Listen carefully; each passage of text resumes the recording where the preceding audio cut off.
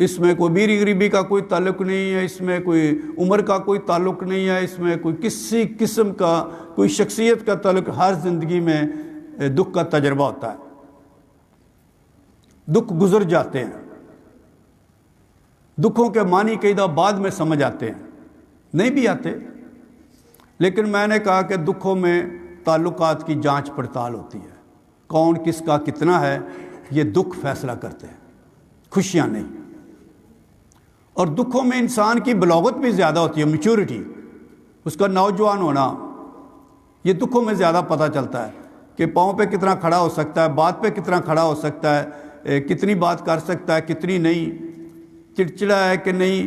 ہمارا تو ناخن بھی کٹ جائے تو ہم تو سارے گھر کو سر پہ چڑھا لیتے ہیں، کچھ سمجھتے ہی نہیں، یہ جو بھی. تو دکھوں میں انسان کی جو قدریں ہیں، اندر کی قدریں، نیکیاں، ویلیوز، ورچوز، وہ بھی سامنے آتے ہیں کہ وہ کس نوعیت کا شخص ہے، کس کردار کا مالک ہے، کہ اس کی شخصیت کس قسم کی ہے، اس کی قدریں کتنی مضبوط ہیں، یہ دکھوں میں پتہ چلتا. تو دکھ ایک طرف انسان کا اپنا امتحان بھی ہوتا ہے، دوسری طرف اس کے رشتوں کا امتحان بھی ہوتا ہے. اور دکھوں میں جو سب سے اہم ترین بات ہے وہ وفاداری ہے. دکھ تو گزر ہی جائیں گے، وفاداری. اور ہم نے دیکھا کہ یسوع مسیح نے صلیبی کلمات میں بھی اپنے باپ سے وفاداری نبھائی، اور یہ بھی نبھائی. یسوع مسیح نے یوحنا کے مطابق انجیل میں کہا کہ اس سے زیادہ پیار کوئی نہیں کرتا کہ اپنی جان اپنے دوستوں کے لیے دے دے، اپنے چاہنے والوں کے لیے دے دے. اور یسوع مسیح نے وہ کر کے دکھایا جو کچھ اس نے آخری کھانے پہ کہا، جب یسوع مسیح نے پاک یوخرست کا سکرامنٹ مقرر کیا، یہ لو، یہ کھاؤ، یہ میرا بدن ہے، یہ لو پیو، یہ میرا خون ہے. اس نے صلیب پر پاک جمعے کو کر کے دکھایا. گو آج میرا مضمون یہی تھا، دکھوں کے مناظر، لیکن ہم صلیب کی اس وقت تک پوری سمجھ نہیں رکھ سکتے جب تک ہم ایسٹر تک نہ جائیں. ایسٹر صلیب کو میں نے دیتی ہے.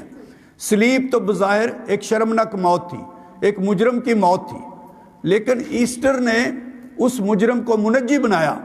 ایسٹر نے ثابت کیا کہ وہ جو مرنے والا تھا وہ عام یسوع ناصری نہیں تھا، بلکہ خدا کا بیٹا تھا. جب اس نے جان دی تو غیر یہودی رومی صوبے دار نے یہ کہا در حقیقت یہ آدمی خدا کا بیٹا تھا. اور بھی بہت ساری باتیں.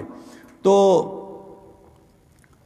یسوع کی جو صلیب ہے، جو ہماری پہچان ہے، مسیحی مذہب کی پہچان ہے، اس کی جو معموری ہے، اس کے جو معنی کی معموری ہے، فلنس آف میننگ، وہ ایسٹر میں ملتی ہے.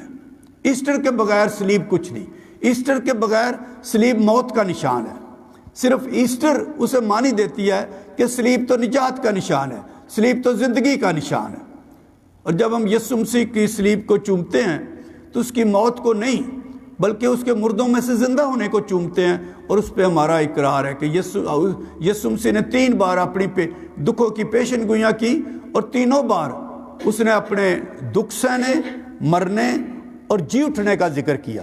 تو یہ جو پاشکائی بھید ہے، اس میں یہ 3 پوائنٹس آتے ہیں: یسوع مسیح کا دکھ سہنا، یسوع مسیح کا مرنا، اور یسوع مسیح کا مردوں میں سے زندہ ہونا. تب یہ پاشکائی بھید پورا ہوتا ہے. لیکن ایسٹر اس بھید کو اور آگے لے کے جاتی ہے، جو ہم پاک ماس میں تبدل کے بعد ایمان کے اقرار میں بولتے ہیں. کسی کو یاد ہے ہمارے ایمان کا بھید؟ اس میں 3 بس موت کا اعلان کرتے ہیں، دوسرا قیامت کا اقرار، تیرے جی اٹھنے کا اقرار کرتے، تیسرا جب تک کہ تم. تو یہ ایسٹر کی ایک وسعت ہے کہ ایسٹر تب تک جانی ہے جب سارے مردوں کی ایسٹر ہوگی. ایک یسوع مسیح کی ایسٹر، ایک میری ایسٹر، اور ایک مردوں کی ایسٹر، جب سارے مردے جی اٹھیں گے. تو میرا خیال ہے میں یہاں بات کو ختم کرتا ہوں. تو تھوڑا سا میں آپ کو موقع دیتے ہیں، آپ سوال جواب پوچھ لیں یا تاثرات دے سکتے ہیں، آبزرویشن، مشاہدات دے سکتے ہیں کہ آج کی بائبل سٹڈی میں آپ نے کیا کیا سیکھا. اور اس کے بعد میں 2 3 4 آپ کو کتابیں بھی دکھاؤں گا جو ہم ساتھ لائے ہیں. اس لیے نہیں لے کے آئے کہ ہم نے ساتھ واپس لے کے جانی ہے، اس لیے لے کے آئے ہیں کہ آپ انہیں ہاتھ لگائیں، دیکھیں، چھوئیں، اور اگر ممکن ہو تو خریدیں. ممکن نہیں، ضروری خریدنی ہے. تو اسٹال بھی لے کے ہم آئے ہیں کتابوں کا، میں بعد میں دکھاؤں گا. جی سوالات؟ جی سب سے پہلے تو میں شکر شکریہ ادا کرنا چاہتا ہوں فادر جی آپ کے اس جامع یسوع کے دکھوں کو بات چیت پہ. دوسرا آپ نے خداوند یسوع کی قبر کی بات کی ہے اور مجھے اسرائیل میں جا کر ان مقامات پر کچھ وقت گزارنے کا موقع ملا ہے. وہاں پہ ایک تو کلوری پہ جہاں یسوع کو صلیب دی گئی اور جو اب وہاں بیسلیکا یا چرچ بنایا گیا ہے اس کے اندر ہے جو زیادہ تر کیتھولک یہ ہے یسوع کی قبر اور ایک اس سے باہر ہے. میں سمجھتا ہوں کہ پاکستان میں آپ ایک قداور تھیولوجین آواز ہیں اور آپ کی بات کو مورلزم حتمی سمجھتے ہیں. تو آپ کیا کہتے ہیں وہ قبر درست ہے جو اس کے اندر ہے یا باہر والی؟ ہم تو ادھر ہی پاکماں سے کرتے رہے جو اندر والی ہے. بس وہ جہاں یسوع مسیح کی موت ہوئی تھی اس کے قریب ہی باغ تھا قریب ہی.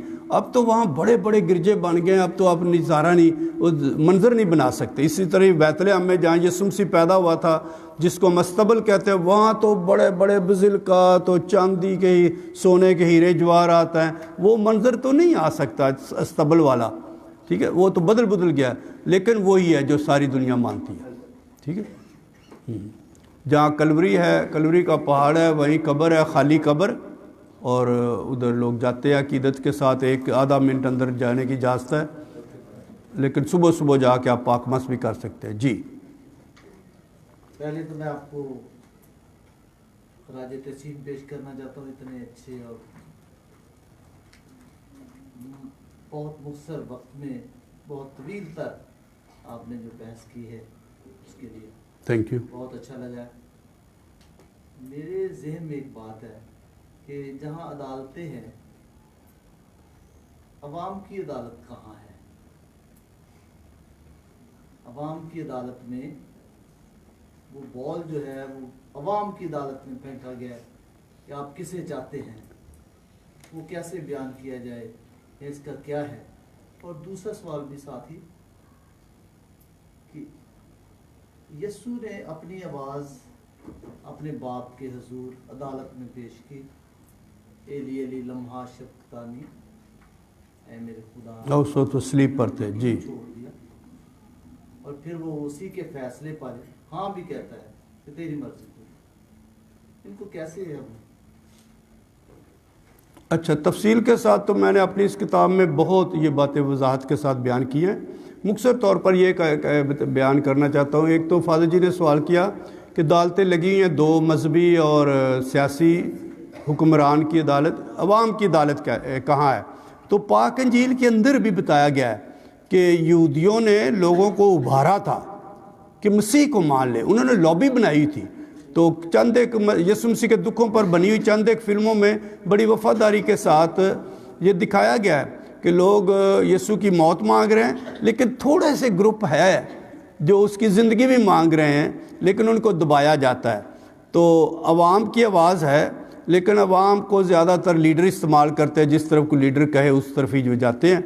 تو اس وقت وہ جو یہودی مذہبی رہنما تھے ان کی چلتی تھی وہ صاحب اختیار تھے اور انہوں نے لوگوں کو گمرایا ابھارا کہ برابا کو مانگ لے یسوع مسیح پہ موت کا فتویٰ دے. تو یہ ساری کافی پلاننگ منصوبہ سازی کے تحت بھی ہوتا ہے ایسی باتیں اور ہوئی بھی. دوسری بات جو ہے وہ یسوع مسیح کے صلیبی کلمات سے متعلق ہے. دکھوں میں ایک وقت آتا ہے خواہ وہ ایک لمحہ ہی ہو ماں اور چھوٹے بچے میں بھی آتا ہے جب انسان کے جذبات بھی بولتے ہیں. ایک طرف وفاداری بولتی ہے تابع داری بھی بولتی ہے لیکن انسان کے جذبات بھی بولتے ہیں. تو ایلی ایلی لمحہ شفقتانی ہے میرے خدا تو نے مجھے کیوں چھوڑ دیا جو براہ راست زبوروں کے ایک حوالہ ہے زبوروں کی ایک آیت ہے. اس میں یسوع نے اپنے دکھوں کی کڑواہٹ اور اس کی گہرائی کو پکارا ہے کہ تو کچھ کر اپنے خدا کے انصاف کو پکارا ہے.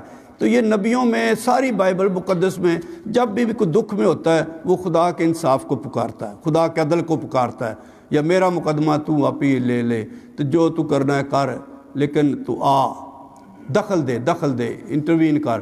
تو اس کے بعد یسوع مسیح بالآخر یہی کہتے ہیں تمام ہوا میں اپنی روح تیرے ہاتھوں میں سونپتا ہوں. یہ مکمل خود دستبرداری کی بات ہے. تو ایک لمحے کے لیے ہے وہ بات وہ دکھوں کی کڑواہٹ ہے انسانی کڑواہٹ. جی سوری آپ نے ہاتھ کھڑا کیا. جی